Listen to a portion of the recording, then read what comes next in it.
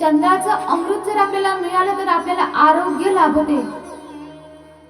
पण नाथ महाराज म्हणतात की चंद्रामृतामध्ये आरोग्य देण्याचं सामर्थ्य आहे, पण कसं आहे?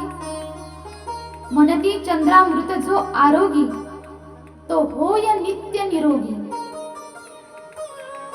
मुख्य चंद्रची क्षयरोगी त्याचे अमृत निरोगी करी केली. नाथ महाराज म्हणतात चंद्रामध्ये अमृत आहे, ते आपल्याला आरोग्य देईल, पण त्या चंद्रालाच क्षयरोग झालेला आहे. मग त्याचं अमृत आपल्याला अमरत्व प्रदान करणार नाही, आपल्याला नित्य आरोग्य प्रदान करणार नाही.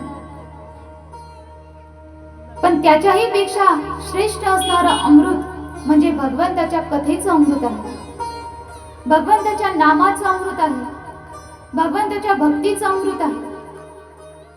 श्रीमद भागवताच्या 11 स्कंदामध्ये भगवंत उद्धवाला सांगतात की जगामध्ये सर्वात श्रेष्ठ असणारं अमृत कोणतं? मयी भक्तेर्हि अमृतत्वाय कल्पते. भगवंत म्हणतात की माझी भक्तीच ही अमृतासारखी आहे. नाथ भागवतामध्ये नाथ महाराज असा विचार सांगतात, जर श्रेष्ठ अमृत कोणतं असेल जगामध्ये तर भगवंताची कथा हेच अमृत आहे. अमृत स्वरूपा ज्या माझ्या कथा श्रद्धायुक्त श्रवण करिता फिके ज्या करून या अमृता गोडी भक्ती पंथा तात्काळ लागे.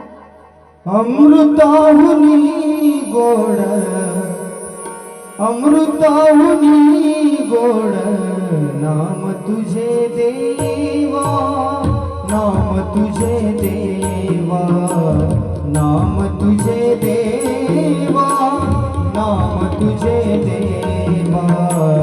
अमृताहुनी गोड अमृताहुनी गोड नाम तुझे देवा, नाम तुझे देवा.